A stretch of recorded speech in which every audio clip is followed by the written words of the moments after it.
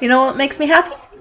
Books make me happy. I love them, and I have a shelf full, a floor to ceiling bookshelf full, that I have had to sort through. So it kind of got me thinking that maybe I should start doing something with my addiction to literary goods.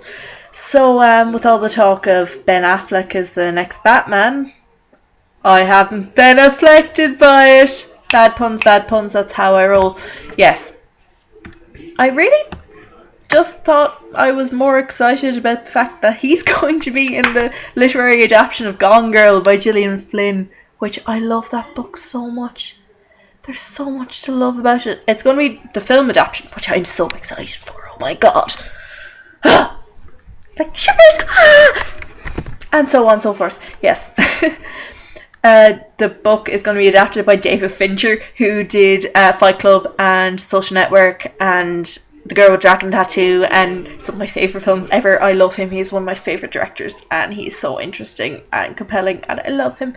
Well, he is going to be directing Ben Affleck as the lead Nick, and Amy, the other lead, will be played by Rosamund Pike, who was in The World's End with Simon Pegg and Nick Frost this summer, and she's great. She was actually also what's her name, Jane Bennett in Pride and Prejudice, the Keira Knightley version, which came out in 2006.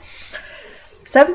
One or the other. Anyway, so it's kind of, I'm really intrigued to see how they do it, because it's so good. It's like, okay, I read a lot, so it's hard to surprise me. And this surprised me on every level. Like, at first I thought, oh great, this is another generic horror or crime book, fine, you know, I'll read it. And then I got about 50 pages in and it took a turn, and my face was stuck like this for about 3 minutes straight.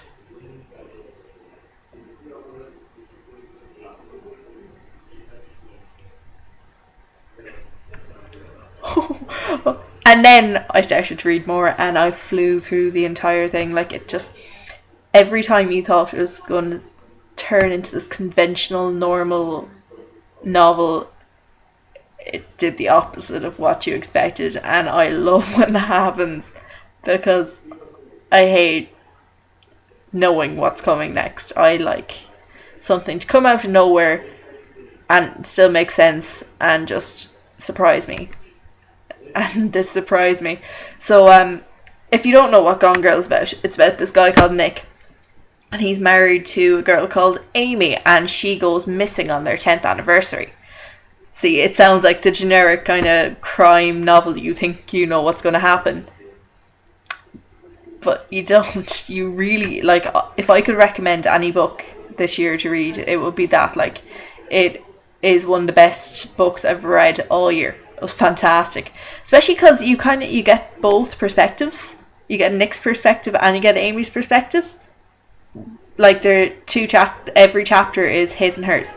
So Nick first, Amy, and then the entire book is drawn that way, and it's just, I actually want to reread it again just because I love it so much. Like, the writing is wonderful, and they have this whole psychological element. Like, it's, for want of a better term, it's batshit crazy. Shatbit crazy. So yeah, if you're going to read any book this year, make sure you get Gone Girl. Like, seriously, especially before the film comes out, because my god, it's going to be good. Okay, bye bye kittens.